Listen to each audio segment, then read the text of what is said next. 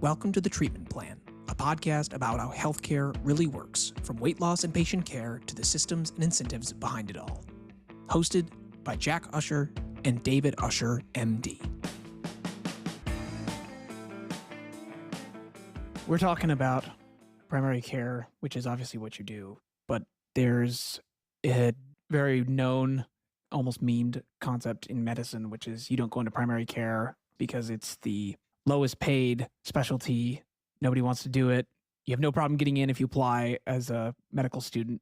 If that's what the specialty you want, you don't have to worry about anything because it's so short-staffed that it's just not a big deal. And it's almost seen as like the anathema of medical students. Like you almost fail if you have to go into primary care.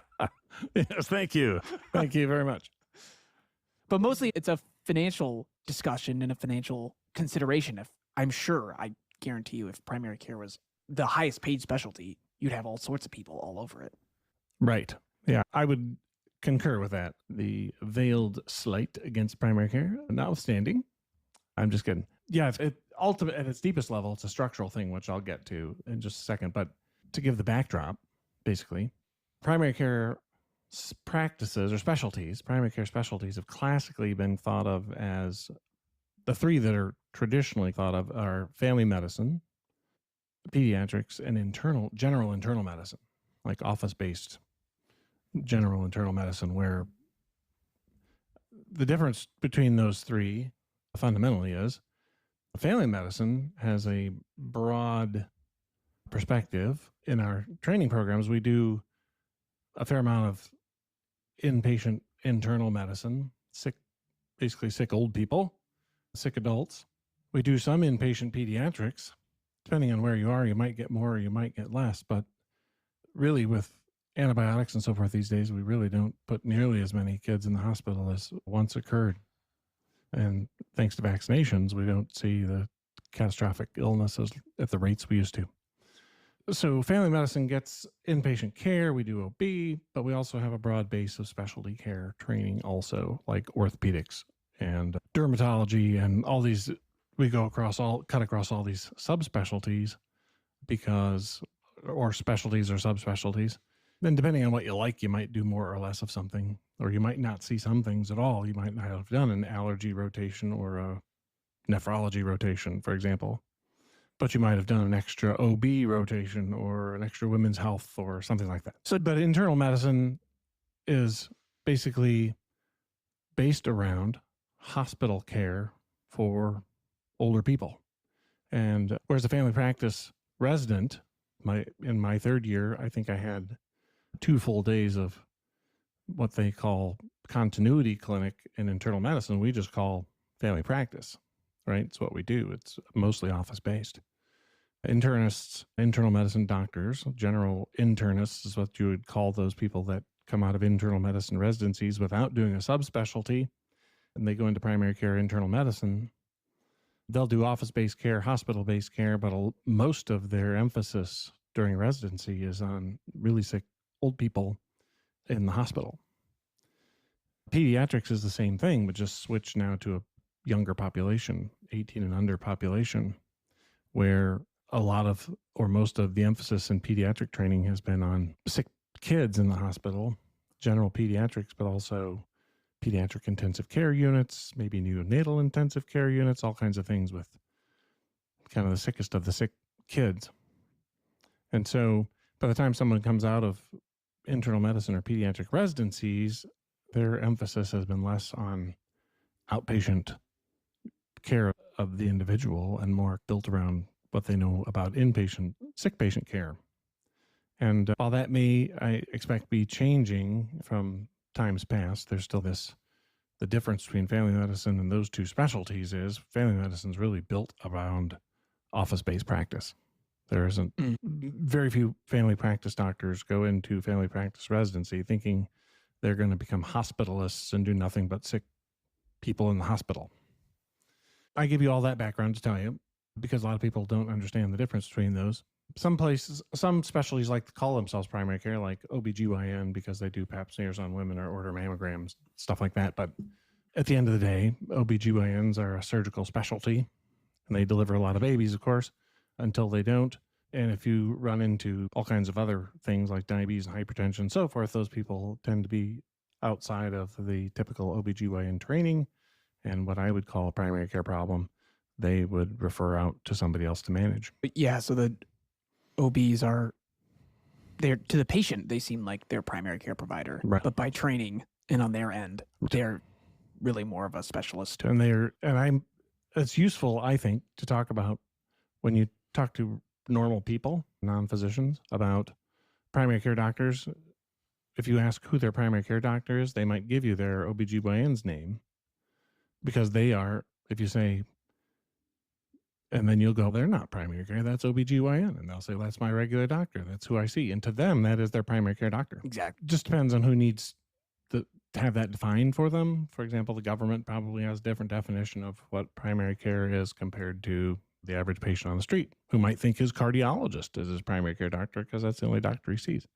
Psychiatry is another one where they've said, yeah, we're primary care. Yeah, not sure about that either. But the three biggies, if you think of them, kids, adults, and then family practice, medicine, peds, and family practice, family medicine. So that is all to tell you that you're exactly right.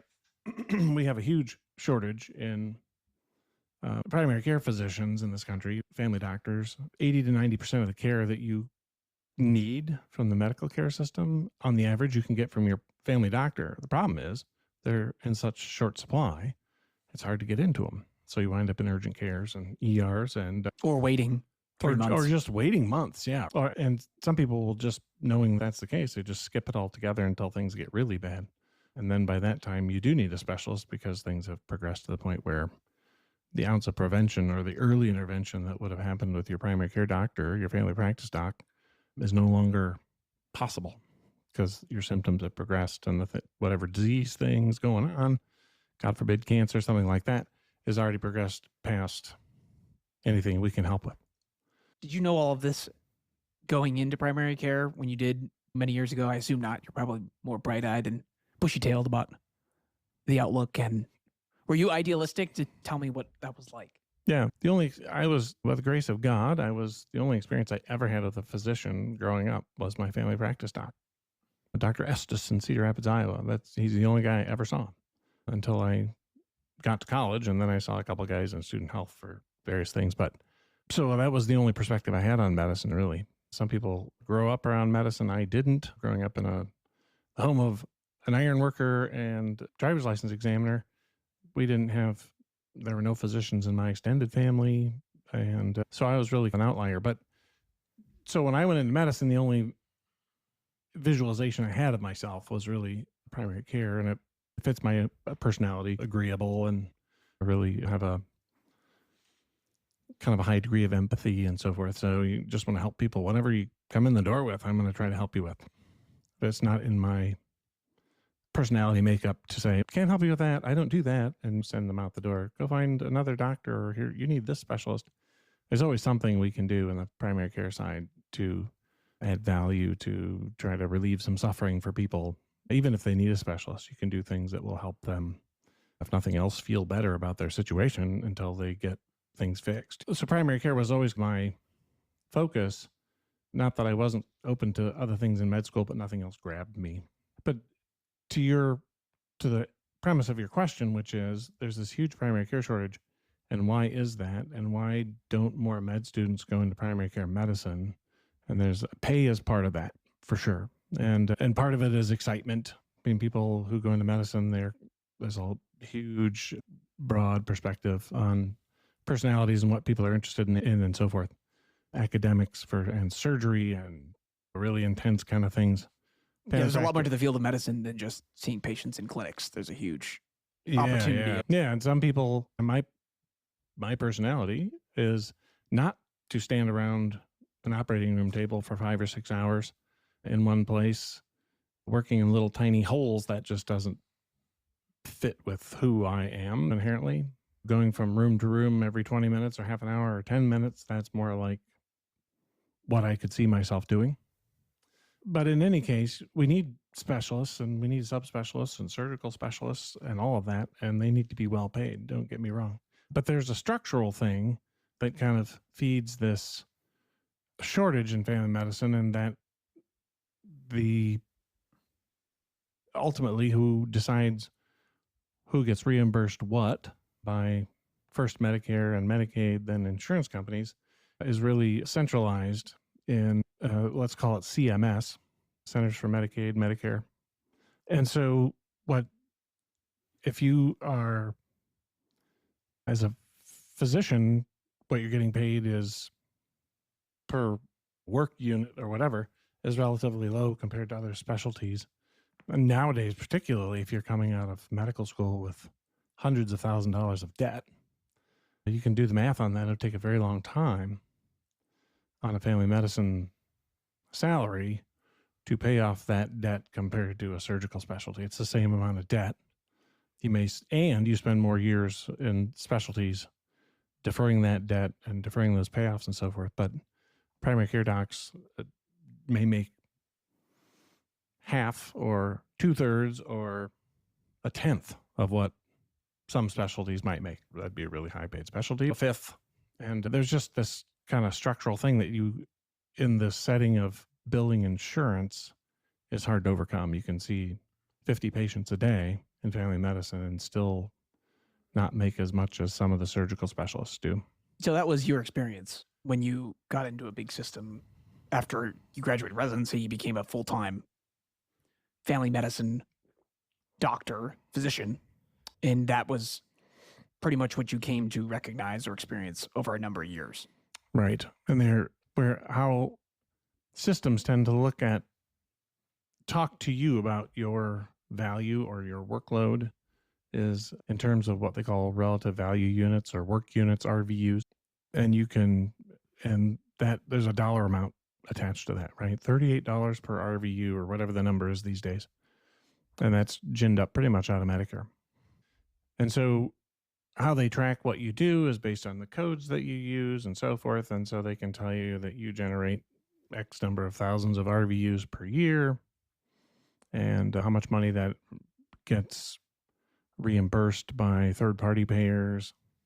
And then they talk about the budget it takes to actually run your practice, and you say you're not really a moneymaker and so on. But what they don't tell you is, what they don't talk about in the big systems is the value of the primary care physician to the overall health of the patient.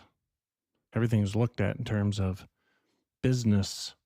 The economics of it. Economics, yeah. And so they'll tell you that, oh, you guys in your department, you just barely break even. But what they won't tell you is the radiology department is flourishing because the family practice department sends them so many studies or x-rays or MRIs, CTs. Or the cardiopulmonary department is doing all these EKGs and pulmonary function tests and stress tests and things like that. Specialties generally are getting a lot of referrals and all of that economic value that comes along with having a referral base of primary care doctors. So back to that RVU thing. Are other specialties measured via RVUs as well? Is that just a universal thing? Yes. Okay. Yeah, that's true. And you're in the specialty, depending on you may do the same work across specialties, but if I do one RVU worth of work, and I'm going to I'm not picking on cardiologists, but I'll just say cardiologist does the same one RVU, they'll get reimbursed more for the RVU than the family practice doctor might, for example. Or the RVUs are allocated a little differently, or they're attached to a hospital, so they get bigger amounts of RVUs because of that. And those RVUs, they're internal to the hospital or the health system scorekeeping or billing metric? Yes and no. There's the resource-based relative value unit, RVU, I think is what it's called, comes out of CMS. So that construct comes from Medicare. Who tracks them and what they do with them, to be honest, I'm not entirely clear, but I know they are used to calculate how much somebody gets paid for something. Okay. They certainly can use that. So it's a top-down thing. Right. Okay. Because obviously Medicare is a huge payer of it's the biggest, right? I have to believe that it is. Yes. Yeah, single biggest payer. with- So everybody uses it. has a T or something at the beginning of the illions Yeah. that they spend every year. Yeah. Yeah. So anyway, so back to your personal experience with So being a family medicine or a family physician so under this type of if you're in system. this kind of arrangement, first of all, if you're working for a big system, they have their set way of this is how we hire and manage our family physicians, for example, or internists or whatever specialty. But so it's hard to innovate in that way. You come in and want something different or demand a much bigger number and so forth, they'll just go on to the next applicant for that position. And I would imagine they would just usher you down the road, because as soon as they start paying you more, then every other doctor in the department's going to come back and go, how come I'm not getting paid that? So their marketplace is different in that regard, because they set what they want and they'll do fine without hiring you, and they'll go on and hire the next person who will be willing to work for less money if money's your driver. So it's just a fixed approach. And so if you're good with going to work for the big system and doing what they need you to do, I think that's okay. What the trend is, however, is because the big systems have primary care precisely for the value that you bring in your referrals and the amount of money that winds up getting spent within the system because of your ordering, testing, labs, all those things. They want more and more exposure to primary care within certain limits. And the more and more patients, the more referrals you spin off, and the more lab testing and the more imaging you do and so forth. So the pressure is always to see more patients, not fewer, spend less time with the patient and not more. And then it becomes a self-fulfilling prophecy, right? They'll make more money simply because you don't have time to do anything else, right? If you get into a situation where you just think, I'm probably going to need this or this, and you spend your appointment time with the patient telling them what you need to order rather than listening and really diving and thinking too deeply about what they're telling you, because that's all you have time to do. And the next patient's waiting. And maybe the patient after that is waiting. And then you've got to get all this documentation done on every single patient and so on. So it becomes this kind of hamster wheel, frenetic activity, just trying to get through your day and then document what you did. So I'm hearing a couple different things, but one is you said that there's a tension that you said that if you don't do it, they'll find somebody who will work for a certain amount of money. But there's also a primary care shortage now. So Right. Are these bigger systems or these health systems responding to that shortage? Are they making any changes that seem productive? They're hiring more nurse practitioners and physician assistants. Okay, they're just filling the gap then Yeah. instead of Less sort of structural. qualified people who will spin off even more referrals and tests because they don't have a level of training that would make them comfortable treating more complex situations potentially, or at least not managing things on their own without a consultant looking over their shoulder. Okay. And that's not a ding on those. I have a number of PAs and NPs who work for me, and they're fabulous. The more experience, the better, as far as I'm concerned. But like all of us in medicine, we get better the longer we do it. But that is what's filling in the gap there. And that, in a way, artificially keeps the primary care salaries lower because of that. So where does that leave us? And maybe that contributes to what you ended up doing. Yeah. So where that leaves the patient is they come into a primary care setting and they may not recognize that they don't see that or perceive that difference necessarily. Sometimes they'll refer to their PA or their nurse practitioner as doctor somebody, not recognizing that there's a difference. And again, not to disparage PAs and nurse practitioners, but if they don't perceive the difference, if we're not transparent with the difference, they may not recognize that there may be a difference in the kind of intensity of workup and things like that physicians might do, or really it's a comfort level with things that certain, I hate to call them mid-level practitioners, but let's just adopt the term. Let's just adopt the term for the moment. PAs and NPs may not have done a bunch of stints with really sick people in hospitals.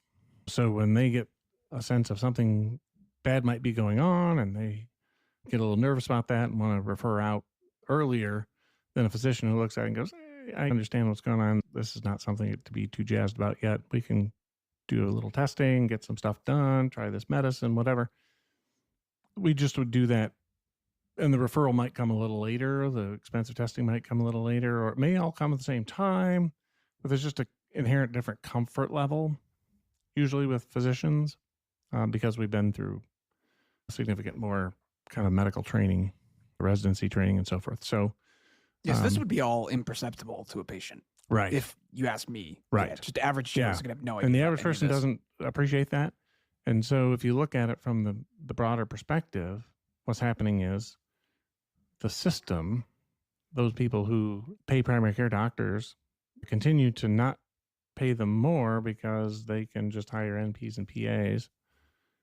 And then primary care doctors become bigger and bigger shortage, which creates, it's almost what they talk about in the broader society of this kind of income disparity, right? You get these really high paid specialists and lower paid mid-level practitioners now nurses can go back to nurse practitioner school and kind of do it online. Whereas getting into med school these days, if you want to become a physician, it's a lot of work. And there's no guarantees, and it's a crapshoot. And what prevents you from getting into med school, that may be imperceptible to you as well. Yeah. You have great grades, got great scores, and you don't get in. Wow, that's interesting. So what I fear and what I think we have been seeing, I know we've been seeing, is that then primary care becomes more and more of a triage and refer kind of process for specialty care. And there have been some pretty decent studies out there indicating that when you get for a certain problem, if it doesn't require, even if it does probably, for various problems, primary care doctors are just as effective and more cost effective than specialty care frequently for lots of common things, diabetes, heart failure, things like that. They can do a pretty good job and do it with spending less because specialists tend to do more expensive testing and so forth, and then wind up at the same conclusion. For example, what we're getting is, I would say, lower value, more expensive care to get the same outcomes. And if you look at our outcomes across the globe, we don't really do much better on a lot of things, and we do a lot worse on a lot of things than other developed countries around the world. Back to how you perceive the problem when you were at a much bigger system. And what was your thesis on how you were going to remedy that, both from a physician satisfaction standpoint personally, but also do better by the patient? What happens in the family practice department very often, because each specialty tends to have a personality. People who go into primary care or family practice particularly tend to be pretty agreeable people, and you try to just get along and do the work and be a good doctor, take care of the patient, put the needs of the patient first, and so on.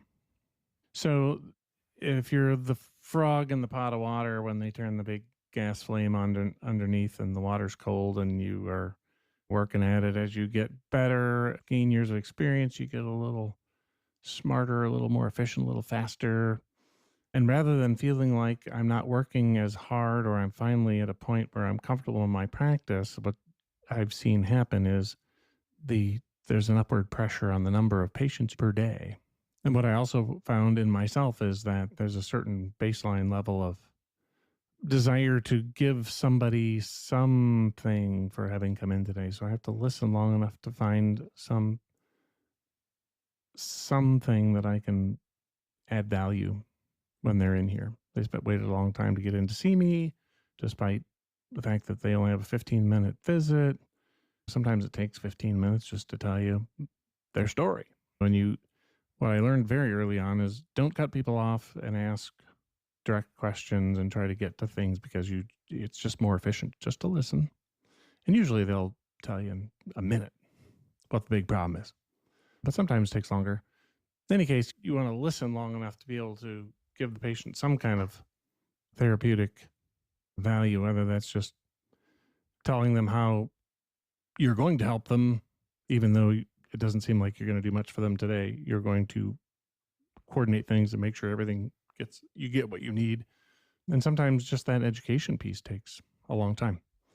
So you do what you have to do so you don't feel like you're rushing out on the patient and leaving them like they were unheard, that's a big no-no in my world.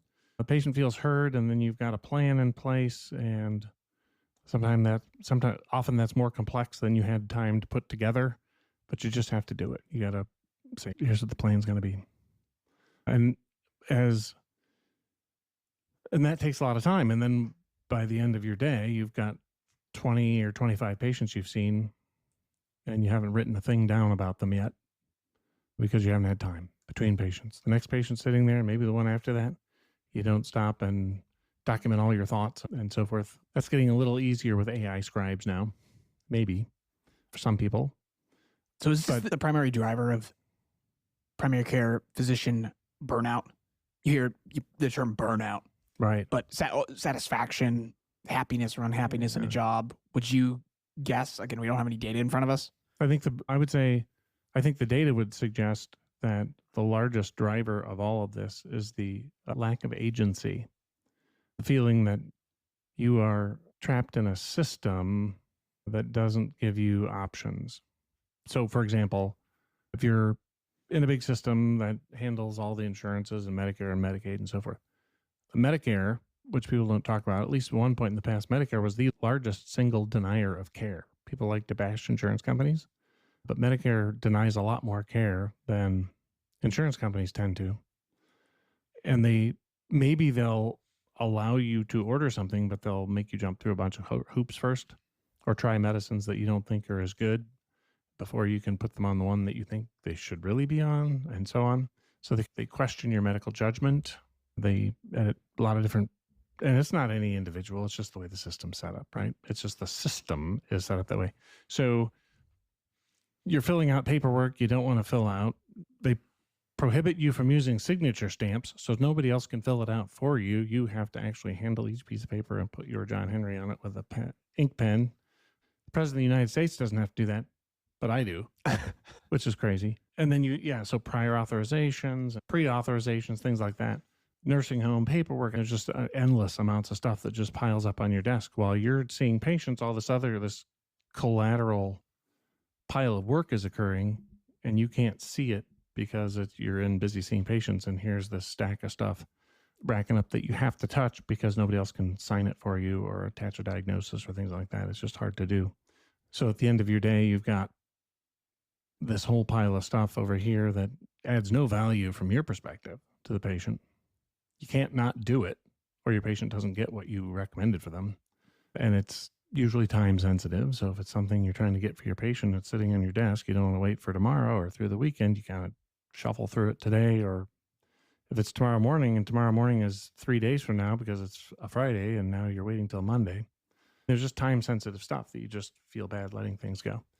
So family practice personalities, I just want to get things done and get my patient what they need and so on. And so a little of it is self-imposed, but it's also just service to the patient. So when I look at burnout, I think of it as it's just even if it's self-imposed, I think it's mostly not, but some of it is self-imposed. But if you look at, it's just a lack of agency. It's like I'm stuck in this system, and the people paying my salary are expecting me to do X, Y, and Z. And if I don't do that, they start dinging my salary. I start losing money. Okay, then you got to keep the hamster wheel spinning. The next thing you know, you're doing your notes after hours and you're home, but you're not home because you're dictating charts, or you go home and go back to the office or whatever it is. I mean, so when the Affordable Care Act was coming down the pipe, you've probably heard me tell this story before, but all I could see was this is going to make care for patients more expensive. It's going to make their premiums higher. Their deductibles go up. And when they come in for their free physical, they're going to hope I'm going to do all their annual chronic disease stuff at the same time. And then they're going to get a bill. And then they're really going to be angry. And now I'm going to have to deal with not only all that other useless work, I'm going to have to deal with patient complaints. And that's exactly what happened. And very early on after the Affordable Care Act passed was when I was inspired to look for alternatives. And one of those was a direct pay primary care. Get out of the insurance rat race. It's not insurable anyway most of the time because you're not dealing with big high cost items, you're just dealing with lots of little low cost items, more or less like a flat tire as opposed to a major car crash for your car insurance. If we can find ways to make that stuff more affordable routinely for patients, then and operate and use the market forces to be able to set your practice up the way you want, charge things, be transparent, let the patients know. I thought that could work. So that was, and I was seeing evidence that it was working in other parts of the country. So that's how I decided I'm going to give this a try.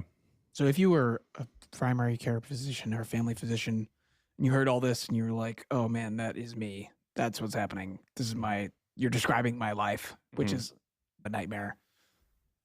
If I was in that position, the immediate thing I would think is if you're a primary care physician, you're a family physician, you've been doing this for a number of years, you're maybe in your 30s, maybe your late 30s, maybe you're in 40, older, probably married, maybe you got some kids, you've got a mortgage, you've got a dog, you've got things to pay for, school tuition, something like that. And the immediate concern would be, I don't know if I can go without salary, or do I make way less money doing this sort of thing? I trade it for life satisfaction, or whatever, like a trade-off. How would you address that concern from somebody who's been through that? As someone who's been through it, I guess the first thing I should mention that you started this practice and this whole business model when you were 40. Is that right? Or 39 or 40? I was 44. Are you 44? Oh, 2011. Right. 2010? 2011, yeah. 2011. I don't know why I was thinking 2007. Yeah. But yeah, 2011. So you were 44. I was 44. So you had 4 kids. 4 kids at home, a dog, married, obviously, a house. A wife. Yes. Yeah. So you were you weren't some scrappy 20-something with nothing to take care of. Nothing to lose, yeah. Yeah. And the pending college tuitions and all these things that we wanted to do for our kids and so on. The first thing really that it came down to was it's a financial question, right? So are we in a position where we could possibly do something different and risk something different?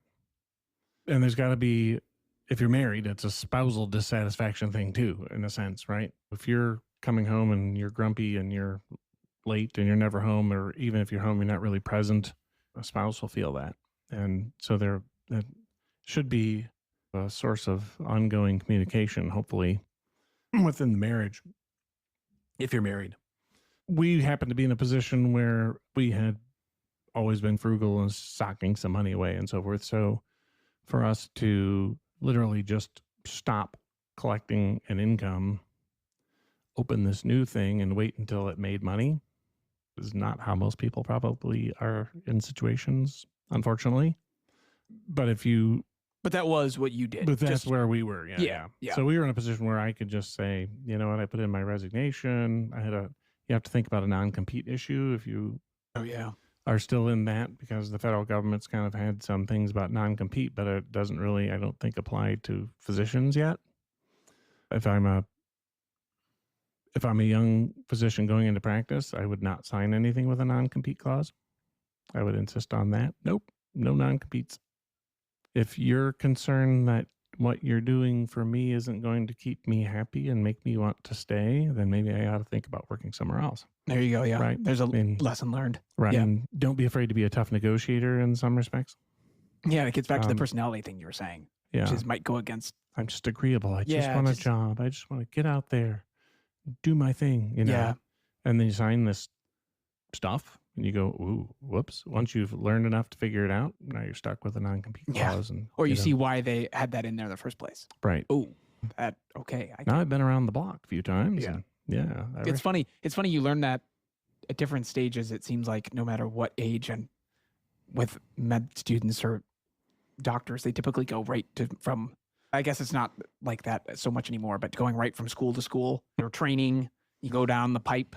College to med school to residency. And then you finally get a real job, which in your first real job, residency is a real job. Right. But truly independent real job would be your first doctor job. But you have some real negotiating power. Yeah, but it doesn't feel like that when you're getting your first job, whether you're 21 or 22 coming out of school versus being 30 or 30 something getting your first. You still have some of that imposter syndrome It's like, gee, 100%. am I going to be as good as all these guys? No. Yeah, I just have to. I got to get a job somewhere. There's Right. social pressure. There's pressure from your residency program. Blah blah blah to get Loans to be repaid. to get a job. Right, But you right. just don't realize how much power you have actually as an employee. Even as somebody like me who just has a few years of experience, you see how you see what that type of value you generate. And I can only imagine as a physician, you're a walking force of nature, whether you know it or not. Yeah. In some ways. In some ways. Yeah. Yeah. And certainly some specialties more than others, which gets back to some of those disparities. But so anyway, no non-competes. Yeah. So the thing to recognize is if you're in practice, it really is a question of it is just a deep soul searching question. What are you in it for? And is it what you want it to be? Because if busting your tail and taking care of lots of patients and working like a fiend is your personality and you don't mind and your spouse doesn't mind and, I guess your kids don't mind, they don't know anything different, and you're just working 80 hours a week, 90 hours a week, and that's the way it is, then you're happy with that, why would you change? But most of the burnout is going on because people are not getting the value out of their profession in the way that they hope that they would, which is providing valuable care to people who, and frankly, to people who appreciate it. That helps a lot when patients say thank you. But if you're doing it in a way that just feels like you've been commoditized, we'll just get rid of you and drop some other agreeable goofball into your spot and work them to death. That doesn't go a lot towards professional satisfaction. But there comes a point at which, and this is where I was, is I had patients who were this tension between patients who told me they couldn't afford the basic stuff that I was recommending for their chronic conditions such as high blood pressure and diabetes, and the system that was not only threatening, they were in fact withholding parts of my salary because I couldn't get my hypertensive and diabetic patients to do the things that were being recommended to them. That was this odd sticking place, right? It's the patient's money or mine. And that got really ugly fast. Yeah. And particularly with patients you knew. I'd have people that come see me for years, and the more things got expensive and the prices went up and the insurance coverage literally went down as the Obamacare kicked in and the premiums started going up and the deductibles started going up. People had less and less disposable income, and yet we were really expanding what we were recommending because we'd learn more. This lab and that lab, we should do these more frequently, and so on. Patients were like, "Doc, every time I come to see you, it's $1,000, and that was 15 years ago. I can't imagine what that same visit would cost now. It'd be more like a couple grand." And if you're not pulling down a lot of money for a living and just getting by, that's every 3 months, shelling out a couple $1,000. By the end of the year, you'll have hit your $8,000 deductible, and then the whole thing freaking resets. Yeah. So that, as a patient, would be very dissatisfying and soul-sucking to just know that this is the way the rest of my life's going to be. I'm going to never, ever get a pay increase because my healthcare is eating it all. My healthcare ate my pay raise. Yeah. Wait, so let's go back to that original question about if you were a physician that's feeling all of this and hearing all of this, going, yep. Have you ever thought about the idea of if you did it all over again, but didn't have the same level of, to be clear, you went, yes, a period of time not making what you made previously, but you rather quickly, in a number of few years or something like that, you got back to the salary you were making at the previous big system that you were at. Right. Yeah. So you weren't. It took a few years. Yeah, but you didn't take a permanent pay cut. Yeah. You didn't make it necessarily a long-term salary life satisfaction trade-off. Right. No, for sure. Yeah. Where we are now is well beyond anything I ever made in the big system. So the message is not that you can be the position and practice the way you want to and make the type of money that you want to make or much closer to what you want to make. Right. And I'm talking now to family practice physicians or maybe students who are thinking about family practice as a resident, as a career choice. You have to have a little understanding of the economics right? And marketing, a little business kind of savvy. You have to do some reading. I don't know that there's some great books out there, but they're not going to teach you any of that in med school, by the way. Very little. You, other than what you experience directly in the terms of supply and demand, you want a medical education, and we have the supply. So you are going to do what we demand. You just got to do it to get through it. But when you come out, say, if you're looking forward, for example, and I've spoken with medical students about this, you have to understand what the market is, right? You have to understand who's making decisions about what the prices are. And in effect, there are price caps in medical care if you are going to play within the system, that is Medicare, Medicaid, insurance companies, and so on. And those price caps are basically the ability of a third-party payer to just say, we're not paying that, we never pay anybody more than that, and so on. If you take those patients and agree to bill them through their third-party insurance, you're going to have to take what they pay you. That's just it. That period. End of story.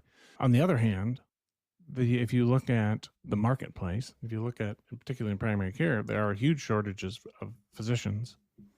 And if you look at patient satisfaction within big systems in primary care, and you look at the numbers and you look at physician satisfaction and so forth, you can see that the way it's being done currently in those systems with those payers is not very satisfying for physicians or for patients. What I know and others have proven, what we have proven, is that you can do it differently, but you have to go into it with a different mindset. And that is more of a relatively free market kind of approach, and understand that what are the things of value that patients want. They want to be heard.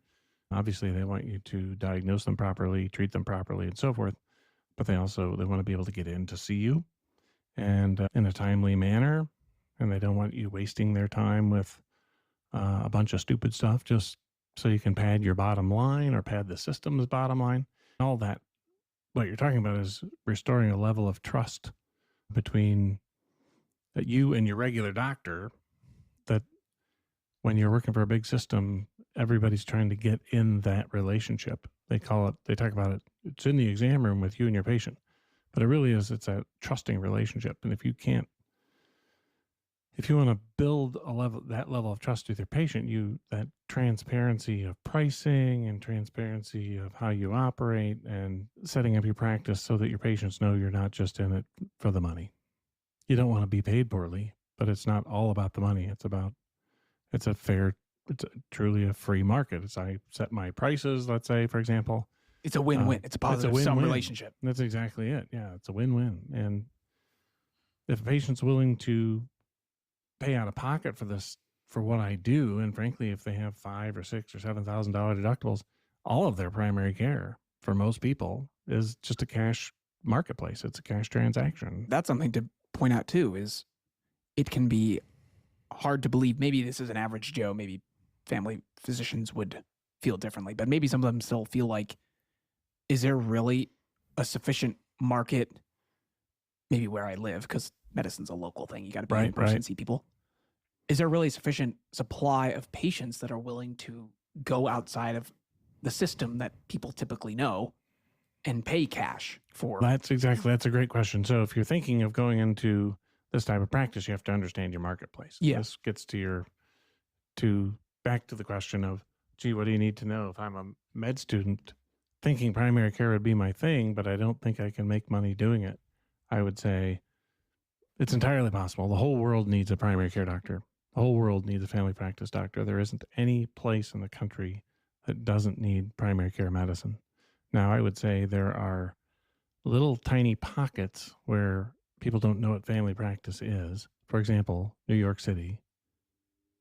If you go to New York City and say you're a family practice doctor, they almost look at you like, a GP? Are you a GP? Like they have no concept of that.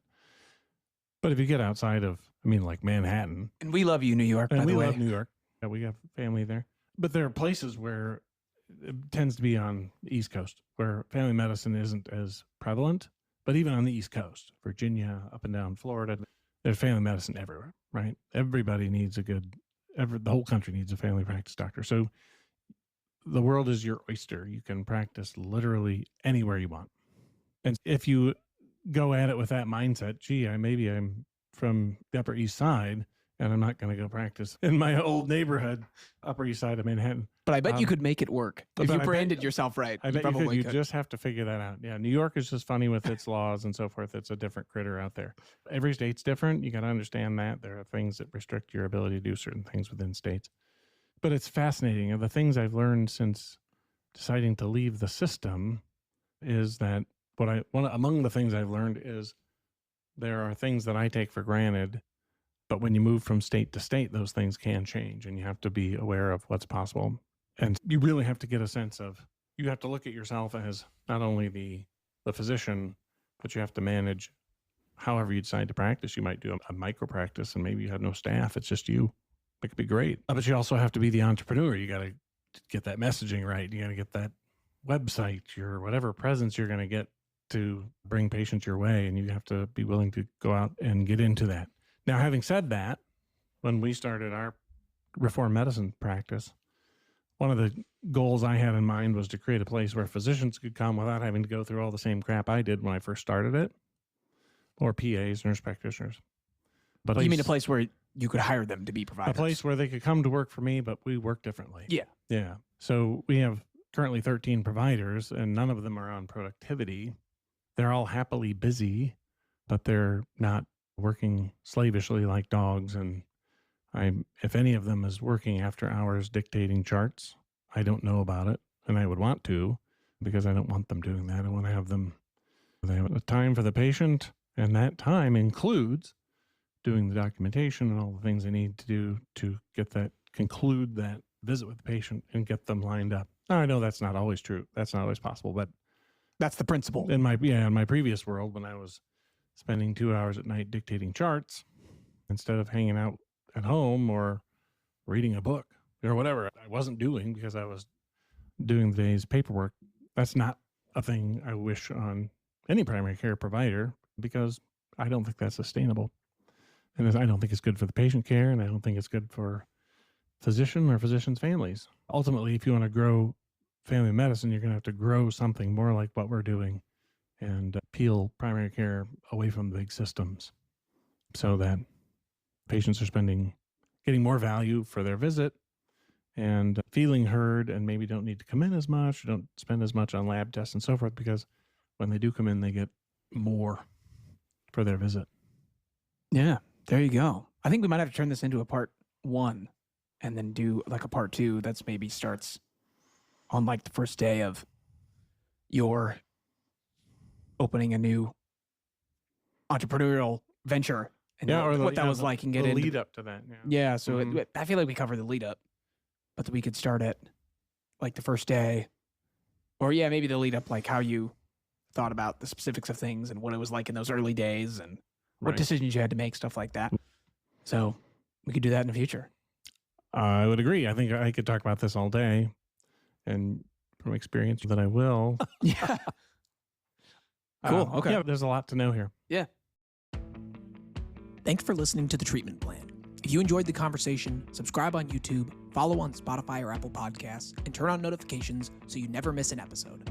And if someone comes to mind who'd like this show, tell them about it or send it their way using the share button.